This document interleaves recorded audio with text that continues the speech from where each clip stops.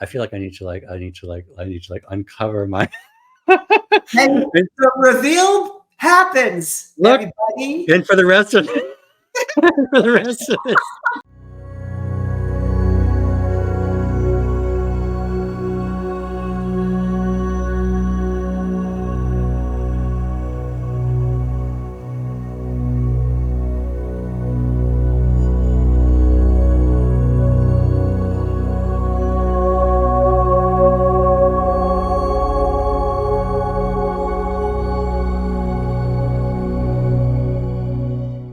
Hello, this is Carrie O'Donnell, Tarot Soul Writer, and I am here with my friend Danny.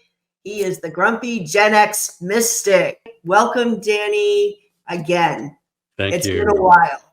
It's been a while. You did your move, and you did your move to New Hampshire. Ooh, I shouldn't say that. And I did my. Everybody knows I'm in New Hampshire, so that's all good. And I did my move. No longer part-time in New York, part-time in Rhode Island. I'm now full-time in Rhode Island. So we've had some geographical transitions, but glad to be back. Oh, awesome. And today I really wanted to dive into what was happening with Kamala Harris and Tim Walz, because I just felt energetically this was a shift in generations. Everybody's feeling it. People will say it's a younger energy, but in actuality, they're 60. But it is. It's like finally Gen X is at the door. Finally, we have our chance, the middle child who's been ignored. And all of a sudden we're like, holy cow, we're in a leadership position. So I just wanted to get your take on that, being that you are the grumpy Gen X mystic. I mean, what do you think that means for the world? Or what do you think that means for our generation? We're jumping straight in. You're I love it. You're a good, no nonsense. I'm gonna just get into it. Let's do this. Well, what's interesting about this is on my YouTube channel, Grumpy Gen X Mystic, right? In this past year, I rebranded it because before that I called it Danny's Moonheart Meditation Journeys. And I was trying to make it much more a meditation channel and la kind of thing. And I was feeling myself. So we can talk about Kamala and Tim in a second, but I was feeling myself personally a little bit, what's the word? Stir crazy is not the word. Pushed and pulled a little bit, I think, in terms of like, what am I doing? I mean, I'm a creator. I'm an artist. I'm a healing artist. I'm a creator, content creator. And I'm pushing this stuff out into the universe. And what freaking difference does it make? What difference does it make, right? No matter how many subscribers or views you get or I get or whatever, like we're trying to put something energetically and thematically out into the world. And while this was happening, of course, we had the whole like craziness of the upcoming election cycle coming up. And I don't talk about politics on my channel on purpose, but I also on purpose,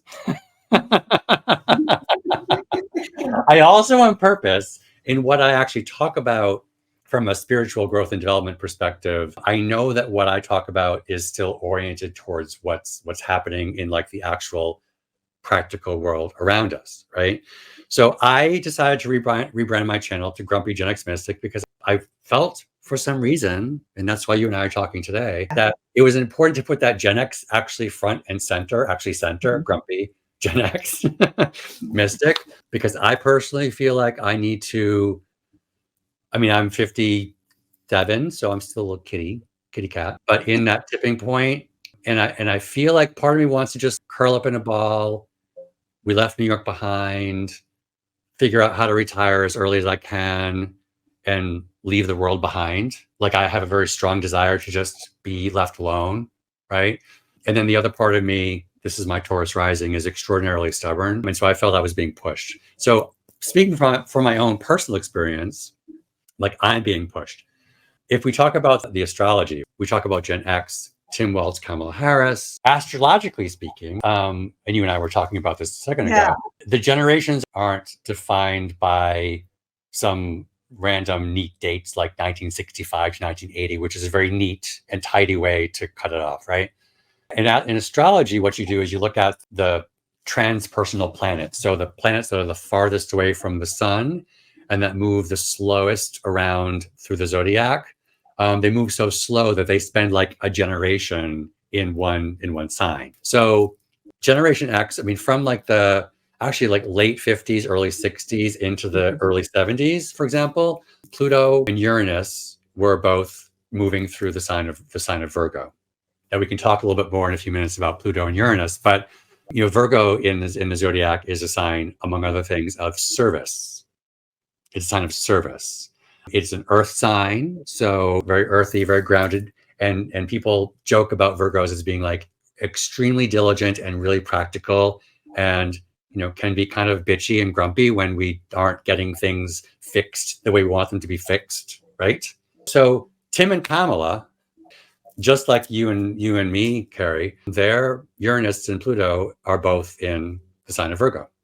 Pluto is among other things, is about like exerting will and power, and it can be in a dark way, or it can be like extremely powerful way, like digging the depths of your soul way, kind of stuff. And Uranus is a groundbreaking, everything's going to change, kind of sort of like a tower card sort of thing. So it all really fits together. I feel like in a way, my artistic choice to change my channel to Grumpy Gen X Mystic is like, oh yeah, and now Joe stepped aside, Kamala's stepping up. Let's go. Right.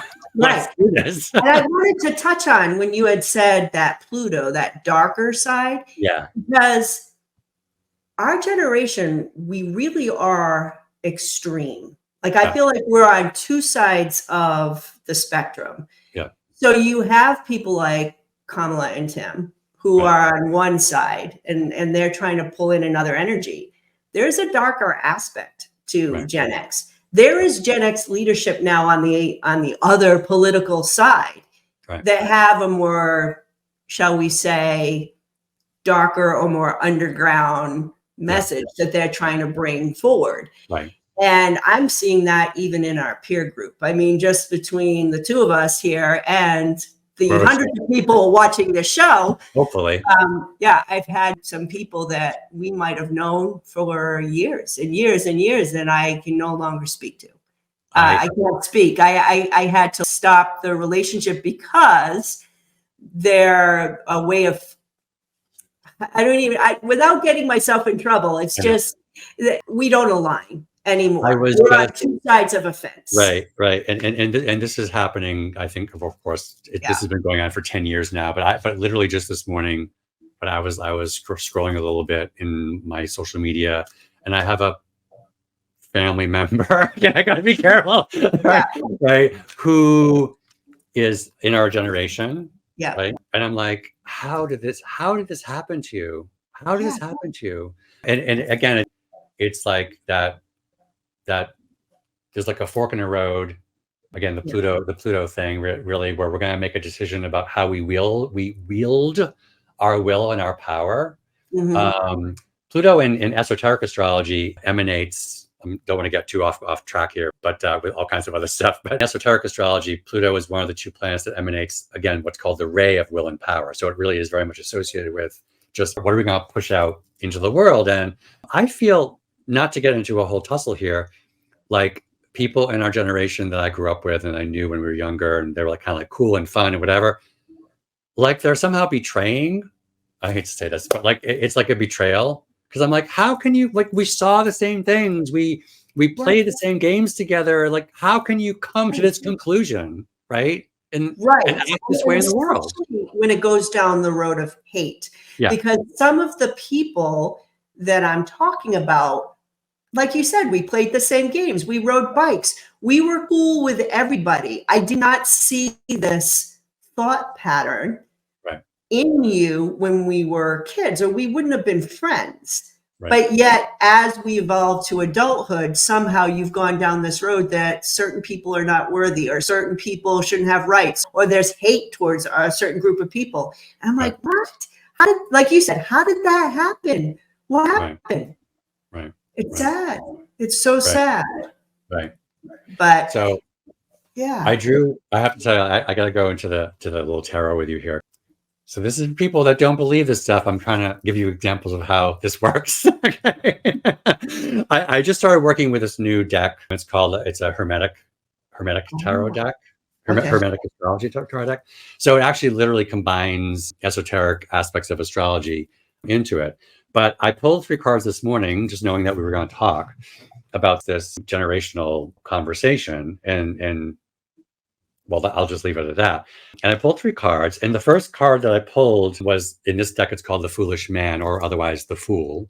Now, what's interesting about this is when you look at the relationship between the tarot and astrology, the Fool represents Uranus.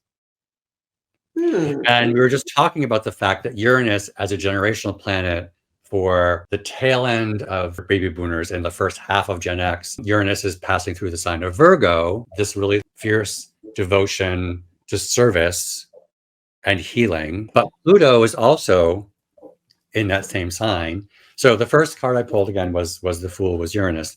The second one, this is a mini lesson on tarot and astrology, okay, is the Ace of Wands. So we know that Wands is willful, right? It's willful and it's spirit. And the Ace of Wands covers the whole area of the chart centered around Leo. And Leo is a fixed fire sign that, among other things, represents us exerting our power in the world. But the Ace of Wands spills over and also covers like 2/3 of Virgo as well. So it's still pointing us again to that Leo will and use of power, and covering over into Virgo, where we find, for our generation, Pluto and Uranus. And then the last one I drew was the King of Swords. And the King of Swords is close behind. It's actually centered on Gemini. It's really like, I mean, you and I are here having this conversation, communicating out into the world this conundrum about what the heck is our generation going to choose to do. And the King of Swords is really like pulling forward that Gemini, the communicator energy. So basically, to me, Perry, this morning when I pulled these cards, like, you guys are having the right conversation. Yeah. And it's funny because when I do soul writing on this topic, just like what our generation means, I get an image. I know this is strange, of a child, maybe a toddler age, maybe about 4 years old, kind of in that in between, who has built this block structure. Like when we used to play with blocks, comes in and kicks it and smashes the blocks all over the place. I get that image all the time when I'm in meditation. And I feel like it represents that energy that maybe even Harrison Waltz are bringing in. And on the other side too, because there's this sense of destruction of structures, destruction of, how do we want to say, institutions, or how things have always gone. It's almost like we're the wrecking ball. Right. What do you think about that? Well, so I'll go back to my channel and how I was describing earlier. I'm like, I subversively actually talk about politics, even though I don't say it aloud, right? So huge this year was the ingress of Pluto into Aquarius. It's been the last 20-ish years or so. So I think since now, someone's going to send some like nasty message if I say the wrong thing. Sometime around 2008, 2009, I believe. And since then, Pluto has been moving through the sign of Capricorn, which, among other things, is about governments and institutions. And Pluto is just tearing it all down, causing endings to occur, death, right? Yeah. And now we just in January, Pluto shifted into Aquarius, which, among other things, again, is about community and our connectedness. It's like we are individuals. It's a little bit of like a libertarian bent to it. I'm going to say almost like we're individuals, and we need to be able to be allowed to express ourselves as an individual person. But we also have this really profound understanding of our interconnectedness with everyone around us in our community. So it's about community and friends as well. Pluto is in 0 degrees of Aquarius, going retrograde back into Capricorn. It's going to be there until after the election, and then come back into Aquarius until like 2032. So the kicking of the blocks, Capricorn also is a cardinal earth sign. So those blocks, those institutions, that very like that firm foundation, it's almost like this last final movement of Pluto back into Capricorn for just a couple months. It's like maybe that's like the Gen X generation finally kicking the blocks. It's like the what's that game when you Jenga? Oh, is it Jenga? Jenga? Yeah, yeah, Yeah. yeah. And it's like it's our time now that those impetuous children that we were, right, to like kick those blocks and force us into a new era of change, which is that Pluto and Aquarius, right? Reinventing what it means to be all connected in community. Right. Yeah. And that kind of leads me to the other, I guess you could say, Gen X joke. When people talk about our generation, even ourselves, when we talk about our own generation, you see it on social media. It's the idea that we're the generation that just doesn't give a beep. We like whatever politics, I don't want to be involved. I'm going to do my own thing. Leave me alone. That's the whole thing. Leave me alone. Right. Wake me up when it's over. But part of the change here is more about us coming into action. And I just wanted to read the quote from Michelle Obama's speech, which I thought encompassed really the direction that the Harris-Walz campaign wanted to go in. And they said, if things don't go our way, we don't have the luxury of whining or cheating others to get further ahead. No, we don't get to change the rules, so we always win. If we see a mountain in front of us, we don't expect there to be an escalator waiting to take us to the top. No, we put our heads down. We get to work. In America, we do something. And then after a little ways in the speech, she says, it's up to us to remember that Kamala's mother told her, don't just sit around and complain, do something. This is like the campaign cry now, do something, which is so counter to what I think our generation has felt for years, because we were sandwiched where if we did something, it didn't make a difference. We're such a small generation. I mean, I know I felt that. Like I'm kicking blocks in the career of education. I'm trying to bring down institutions. I brought in technology. Here's the change. Here's the vision. And people are like, yeah, we're going to go with this old way. Right. So there was a frustration. And I think that's just one example. But I think as a whole, our generation is like, what's the point? And now we're rallying and saying, do something. I mean, what's your take on all of that? So again, I'm going to make you crazy with my astrology, but looking elsewhere in the chart for these more generational planets, Saturn is for like you and for me and people a few years before us, a number of years after us, was moving through Aries. Okay. So Aries is some would say, I mean, it can be like really militant. It's associated with Mars. It's the cardinal fire sign. It's literally the beginning of the zodiac. It's the start of the zodiac year. So it's a new beginning. And again, it's very much infused with Mars energy, like action oriented. And Saturn was moving through Aries, again, when both you and I were born, folks before and after us. Saturn is, among other things, the planet of responsibility, karma, but also like the responsibility is like the teacher. So there's this very distinct leadership marker with that Saturn in Aries, like taking action.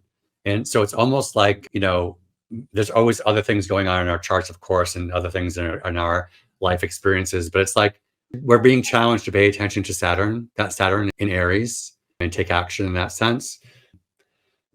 Yeah, I mean, just to get away from astrology, Carrie, and just talk about my own personal view of it. I talked earlier about part of me wants to just curl up in a ball. I'm in my late 50s.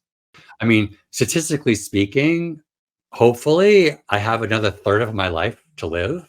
Yeah. And I'm a pretty talented, smart person. Wouldn't it be a shame if people like me and you and Tim Waltz and Kamala Harris and other people like us curl up in a ball because we're just too cranky and grumpy and we want to just be left alone on our mountain or by our ocean or whatever, right? You know what? I just add, I'm going through the same thing. Before we came on, I said I'm going through a thing because I feel very strongly that I wish I could just wake up and say, screw all this.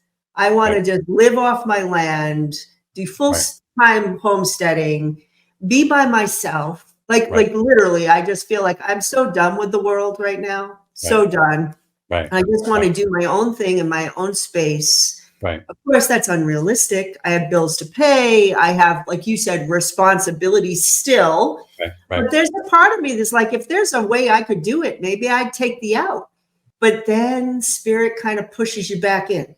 That's the feeling I get. Then something happens and then I'm doing something else. And it's like a whole thing. But are you feeling that sense that you're still being pushed back into the game? Absolutely. Absolutely. I'm extremely torn. Like I said, we just left New York. We left the rat race, which I love. I love the rat race of New York. But we're in this quiet place. I work all day, the week in my day job, in my management job from my comfy home office. And it gets lonely and it's very isolating. And many of us sit there in our private moments and scroll this horrible device that we now use, and we scroll and we see all this crazy shit. Pardon, I swear, so it's fine. Yeah, it's all good. Clean. And another thing about our generation, to get back to this, is I talked about Saturn a second ago. There's this thing called the Saturn return. So the planet Saturn, every 28, 29, 30 years or so, comes back to the place that it was when you were born. So basically, people right now, this is literally like Tim Walz, Kamala Harris, Carrie O'Donnell, Danny Doucette, right? Either the last year or so or the next couple of years, we're having our own Saturn return. And Saturn challenges, it's like a teacher, and it's like, what did you learn? Did you actually learn it? And now you have to apply what you learned. And now you have to unlearn the stupid shit that actually may have worked for you when you were 25 years old. Yeah, exactly. But now is not the time to stomp your feet and whine and complain, which maybe that's literally what Michelle Obama said. We do not have the luxury of whining or cheating others, And she used the word whining, which I felt was telling, because we all want, at least in our generation, I'm speaking for a lot of people, we want to whine right now. I want to whine. I still want to kick my feet and say, hey, I gave you my chance when I was young and vital, and I told you the direction. This is all ego, right? Because I told you the direction to go in, and you didn't listen. So now I have to come and clean up your mess, even though you didn't listen to me the first time. I have that mother feel, kind of like, you didn't listen to me the first time, so why should I have to come in and fix things now? Yes, it's the fixing things, and again, that's back to Virgo. Yes, in the Pluto and Virgo, it makes us grumpy about it. Like, we want to really make it the way we want to make it. There is the ego in there, right? For sure. You reminded me with the mess when I was talking about my interaction with my relative this morning. The person had posted. I gotta be really careful. The person had posted. And well, he's not going to watch this for sure. An image that was supposed to be basically mocking the Democrats. Okay. But what the image showed, and I will not describe it because in case this ever gets back to this person, but when I looked at the image, what I took away from it was, yeah, you're right. The Democratic Party are the adults in the room that come and clean up the mess after you, narcissistic, sociopathic children light the house on fire. And all right, you lit the house on fire. Here we come. And then there are a lot of people in other generations that might be along those political lines who also feel that way. There are a lot of baby boomers who are like, I'm so tired of cleaning up the other side's mess. Or, that could almost be a universal feeling, but unique to us, because I feel like we were, as a generation, ignored most of our upbringing. As children, we were like feral children running around. We had to learn to take care of ourselves.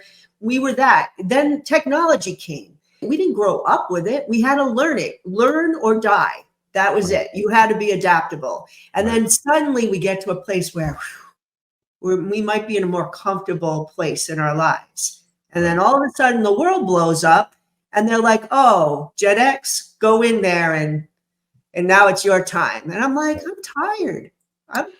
I'm going to say something that maybe it's just coming. There's something vaguely coming into my mind that's like slightly maybe controversial here. But that idea, like the feral child notion, the independence with which we raised ourselves in many, many ways. I think that for me and for you, maybe that's the part of us that says right now, I just want to be left alone in my quiet, nice, comfortable place I've made for myself after all this years of working. And almost I want to say, like, the people in our generation that are on the other side of this political chasm. I can kind of understand how starting from the same place we started with that very like independent, I'm going to go it alone kind of streak Yeah. could have gotten off of like tripped on along a way on the path. And they're in this dark corner now. It's like a dark corner that they're in now. But it's like the dark side of that, like, leave me alone. I just want to do this on my own. But in trying to build or like protect themselves in that place, they're they're making everyone else around them miserable. So I don't know if I'm explaining myself, Carrie, but I can see there's a because common theme. this is the reason why when we said, how did that kid that we grew up with become an adult that went in this darker space? Well, we all started here. Right. Somehow on our path, we were able to, I guess, have a more positive way, or maybe we took more responsibility for our stuff along the way to get to where we are, even though we're still grumpy. But you're right, because these are the people who I don't know what the answers are to all the changes in the world. I don't know why I was left alone. Right. I don't know why I feel the government has abandoned me. Isn't this the same feeling that we felt all along? Right. You know, we were abandoned. We were left to ourselves. Only for some reason, they were never either able to resolve it or take responsibility for the fact that, like you said, it happened. It is what it is. It's no one's real fault, because there were people who raised us that were just trying to do the best they can in a changing world as well. So, yeah, it's really interesting. It's kind of like we're two children of the same parent, but we've gone in different directions. We have to find a way to bring it all together. Yeah. It's why I still feel a sense of compassion for these folks. And again, I'm referring to a story of someone in my family whom I have that familial love for that person. And that's not going to ever go away, even though I might want to like shake them if I ever saw them. I love you, but you're so stupid. I know. And, you know, I have clients and people I've talked to one-on-one who come to me for readings, who have expressed how they no longer, like, they literally, it's gotten so bad that they can't even have the I love you, but we just can't talk about this. Right. They actually had to cut ties completely because it was that toxic. Right. And then my heart just goes out to those people, because it's just so sad. Yeah. It's so sad that families could be split apart like that. We're coming around to this theme of hope again. We've talked about this thing of hope before, and how do we carry forward? And I have to tell you, this morning I was at the gym trying to get myself psyched up for doing this, because, you know, you have to be in a certain psychic space to perform. It's a performance, right? And I was not, Carrie. I was like, I can't. I'm going to email Carrie and tell her I got to cancel this. I can't do it. I had to go to. I will bring up on my like YouTube or something, Whitney Houston, Mariah Carey singing from The Prince of Egypt, 1999 Grammy broadcast, When You Believe. Oh. I was sitting in my truck coming back from the coffee shop from having gone to the gym, blaring Whitney and Mariah singing When You Believe in 1999, which was the dawn of before all this stuff started to get really crazy, by the way. I'm just like weeping in my big Chevy Silverado. Which I think is a very Gen X thing to drive. It was. Yeah. To get myself psyched up for this time with you, to get back to that place of hopefulness, because so much of the time I am in that grumpy, like, what's wrong with you people? What's wrong with me? I have to do something to change this, and trying to psych myself up. And it's hard. It can be really hard. It can be hard. Yeah. But that kind of goes back to this idea of doing something. Right.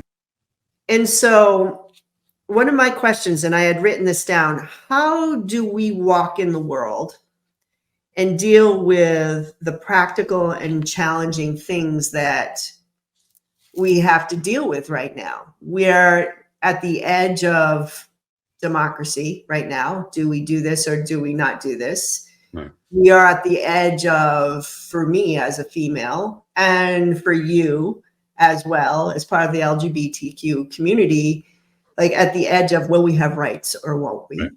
Right. You know, I mean, these are real things. And then we can go into the racial aspects that people are struggling with. And these are not going to go away. It's one of the things I try to tell the people who watch my show.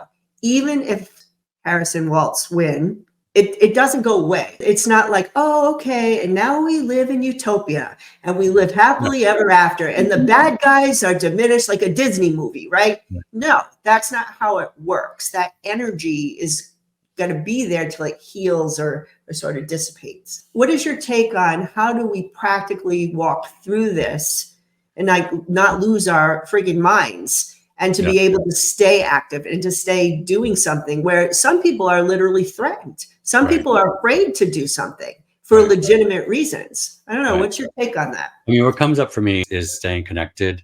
I've talked about how I'm now happily ensconced in my comfy place in Rhode Island with that Gen X, the way I was programmed. I can easily just get into this alone in my corner stance. And I think our generation should be careful about that because we always have been very independent, and we can fall into that place of just like the hermit space. So number one, I think, is like what you are doing with me here, and you introduced me to a friend of yours, and I'm going to talk to your friend at 4:00 today, right? So for me, I can speak as a Gen Xer is pushing past that hermit tendency and make sure I actively keep myself connected. That's number one.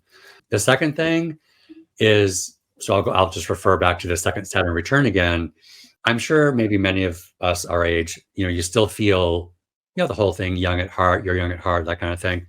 And that's great. I mean, we live in a very ageist society, by the way, that doesn't value aging. And when you talk about getting older, it's like, no, you're not old. I'm like, fuck you. Yes, I am getting old. Sorry. I mean, because that pisses me off, right? Like, yes, so my point of that is we're not children anymore. Okay. Our generation, as much as we might have, I feel like we have like a childlike spirit in us. You and I identify, we were children together, right? Yes. We're not children anymore. And I find myself sometimes my own self-discipline have to say, you're not a child. You are truly a fully matured adult. So I think that's the hard lesson that our generation have to take away from this now is no more, like, you can have fun. Everyone should have fun, but it's our turn to recognize that we're now fully matured adults, take responsibility for that. That's second. In my own spiritual practice, my third answer to you about this, I think that being a spiritual person and whatever your practices and your rituals might be, it can be really tricky because that kind of a practice, and I meditate twice a day, and I do tarot, and I do my drum trances every day. That can also, if you're not careful and disciplined, draw you into a land of like either idealism at the best, or just like really dark, disassociated ways of being in the world. Like a spiritual practice is not about just like talking to my spirit guides all the time. And I'm not really, no, like if you learn what a traditional shamans were about, shamans in traditional cultures that had those practices are about living in the everyday real world, being safe and fed and healing when you get sick. It's practical. So my point there is to have if you don't want to call it a spiritual practice, a reflective practice, a journaling practice, like you often talk about, and be disciplined about that and know that sometimes those practices bring darker, challenging ideas up. But that's part of the cycle of growing your soul to get to there's only light after there's been dark. So having the discipline to go through those cycles, that's my third. So I'm saying staying connected. What I say, staying connected. Staying connected. Buck up, buttercup, which is your favorite phrase, right? Buck up, buttercup. Take responsibility and know that whatever your self-care practice is, there's going to be highs and lows to it. Don't let the lows allow yourself to get lost or to quit altogether. Those are my What No, about you? no, that's excellent. I just wanted to comment is in your second one with the Yeah, taking responsibility, because that really resonates with me even more than the others, because there's so much on social media that we're like the Peter Pan generation. We don't grow up. There's a whole thing, Gen X doesn't age, but it's like this way that the generation wants to say that they're young still, right, right? It's their social media way of saying, look, we're right, not grown-ups yet. right, We don't have to go down like the same road our parents did. But like you're right, no, we're old. right. We're old. And it doesn't matter like what kind of skincare routine we have or how many filters we have on our StreamYard or Zoom. At the end of the day, like you said, we're fully grown adults. And it is our time to step up. Dang. All right, now I feel like I have to do like a little shticky thing because I wear my my little caps is part of my shtick in my channel. I always wear my knit caps. But part of the reason why I started to wear them is because what was going on my head. Because I was like, oh, I got to cover this up, and like, so I feel like I need to. I feel like I need to uncover my.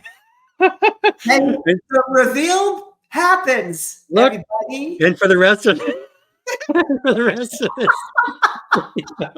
this, I call this my baby eagle hair.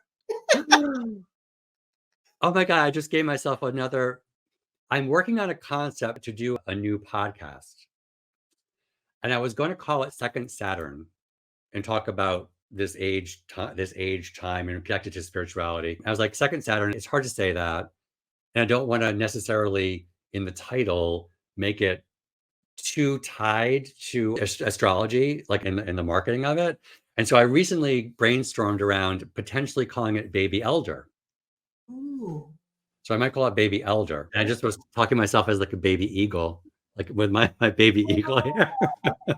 So I wonder if I call it baby eagle, which is also like that makes me think of Aries. Like eagle makes me think of like Aries, like a fiery taking flight.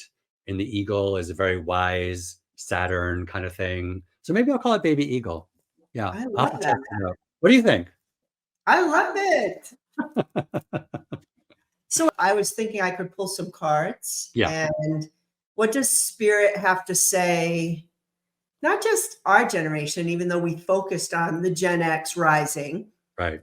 but how everybody who watches this can do something. What is this energy about? Where is it taking us? How can we walk in it? I'm going to pull some cards and then maybe you could lead us into a meditation. Sure. All right.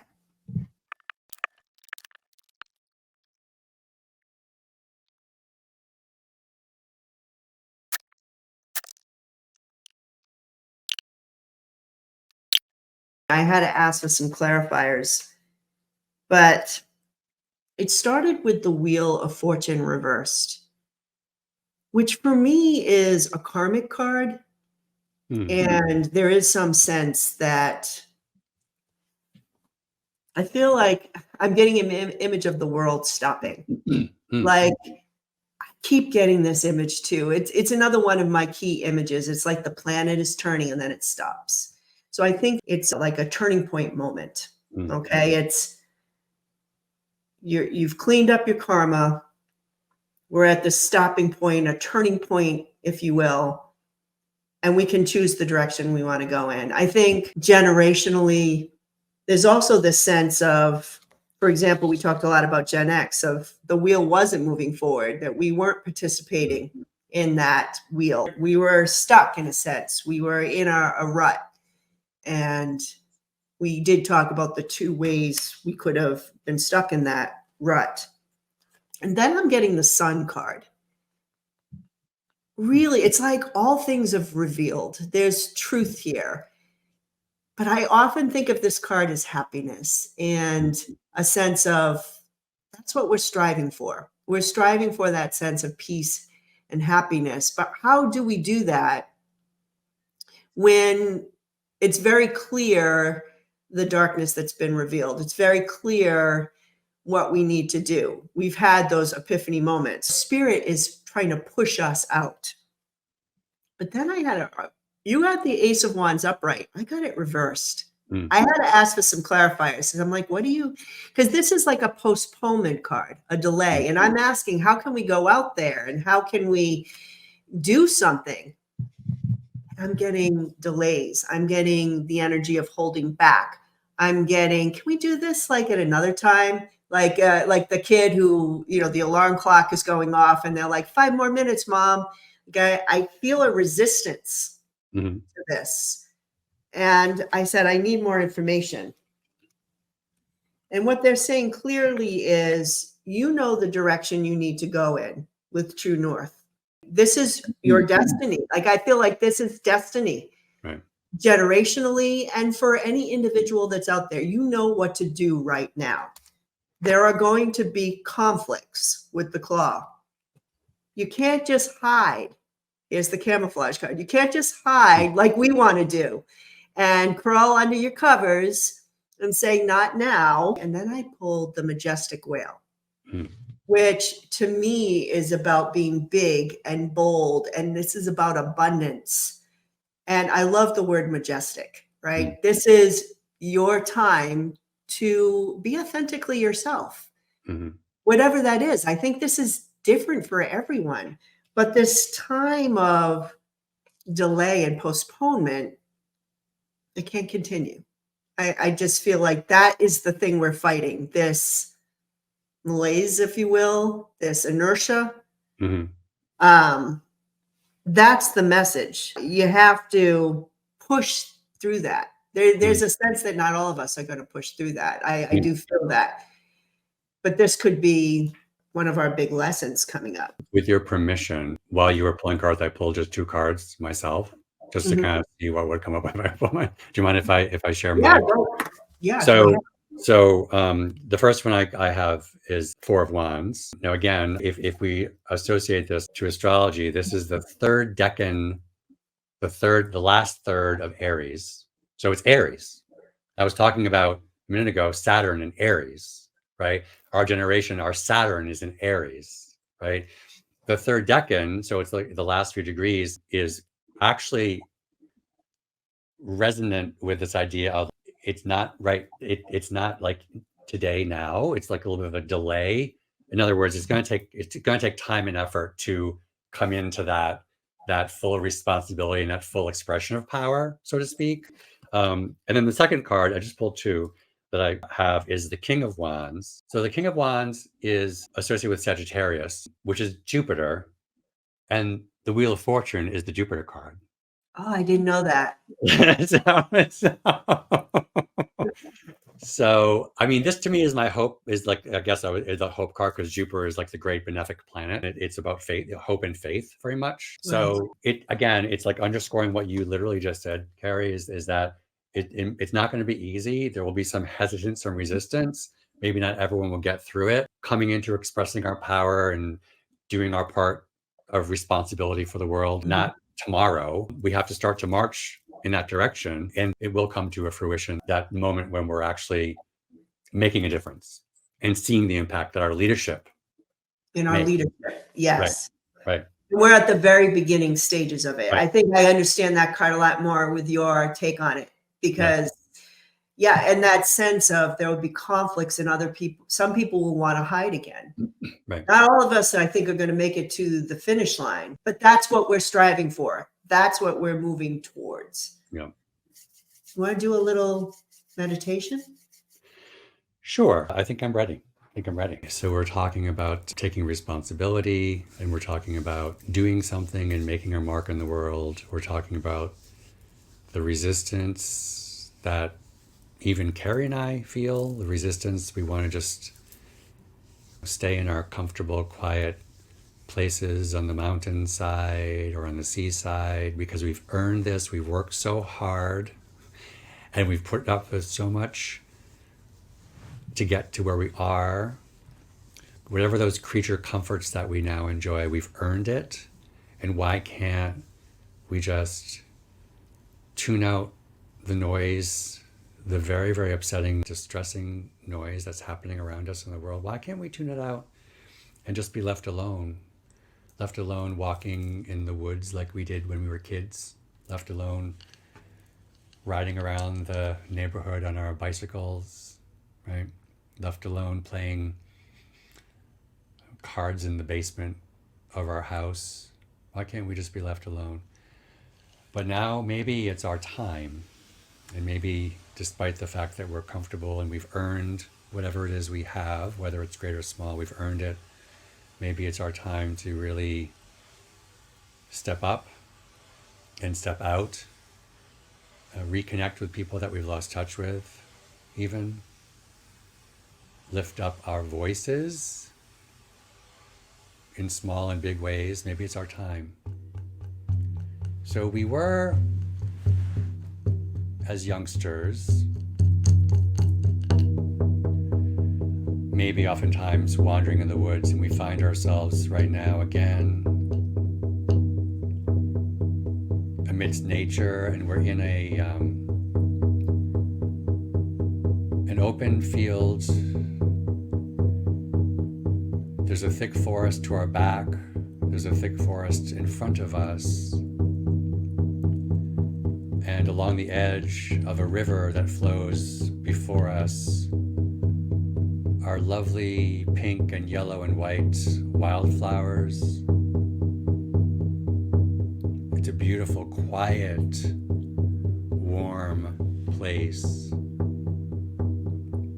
We look into the west, and in the distance, we can see storm clouds gathering. But here where we sit, it is sunny and quiet and comfortable. Crossing the small river is a footbridge. And so we walk along the river's edge towards the footbridge, letting our fingertips brush against the yellow and pink and white wildflowers. Beautiful meadow sloping down from the forest edge to the river. And we arrive at the footbridge and cross halfway.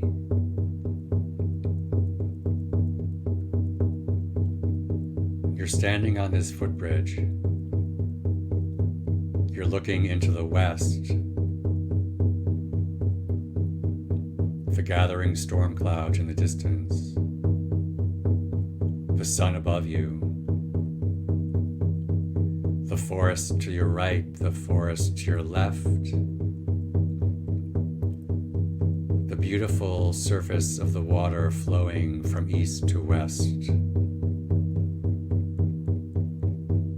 You look down over the edge of the footbridge into the water. Its glass surface. You see staring up at you the reflection of yourself as a child when you were free to wander and to play in the woods. Look into that child's eyes. The innocence, the possibility, and the hope for the future that you may have felt at that time. Look back up to the western horizon, to the distant storm clouds.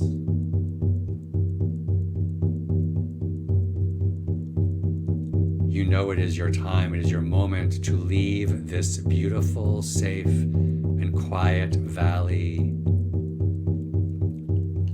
to walk westward, to gather what you need, to leave behind your trinkets and toys, to take with you only the most important provisions for the time to come as you head into the west, facing whatever may come. Look down again into the surface of the water. This time you see your future self, an older self, an elder self, a wizened self, a self who is strong and self-assured. Give yourself a smile down there in the rippling water surface and turn to finish crossing the bridge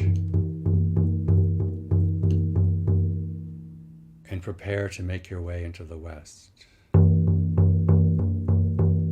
Take a deep breath to prepare. Out breath, another deep breath to prepare. And an out breath. And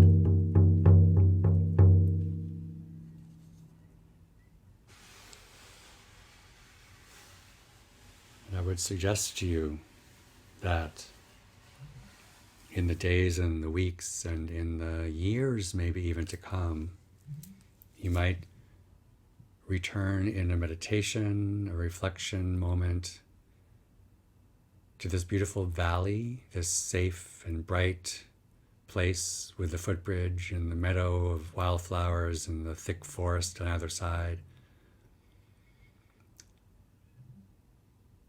To revisit your younger, hopeful self, to recharge if you need to recharge before you go back to face the necessary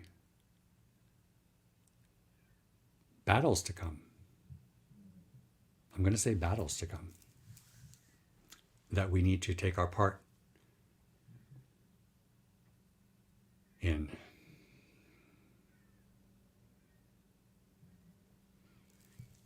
All right. So just do whatever you need to do to move, open your eyes or stretch or shake and come back into this space, and then we're going to have a little chat about this. That was powerful. I felt like the clouds were pretty ominous in my visualization. I was like, oh no. But powerful in that resolve that I started moving toward the west. It's like, let's do this. Let's do this. Yeah. A little bit out of your comfort zone. Yeah. Thank you so much. Did you want to add anything to that, or? Keep the faith. I don't know. Right now, I feel like we need Michelle Obama here with us to kind of wrap it up. Yeah, to wrap it up. Don't sit around and complain. Do something. Let's go. I know. Yeah. We're not as inspiring as Michelle Obama, but. Yeah. Well, I just did one more. I just pulled the Ace of Cups. So that's the springing of a new spring, springing of hope, springing of faith, right? Yeah. Yes. Yeah. Well, thank you so much, Dan. It is always a pleasure. I love talking to you. And the hat goes back on. Back to my safe place. With my camouflage card. Yeah, thanks for having me, Kara. And for the viewers out there, don't forget to subscribe to Dan's channel. All his information is below. Let's help him out. Like, subscribe, share this video with all your friends. And as always, it is a pleasure. Thanks, Kara. Bye-bye, everybody. Bye. Be lighthearted.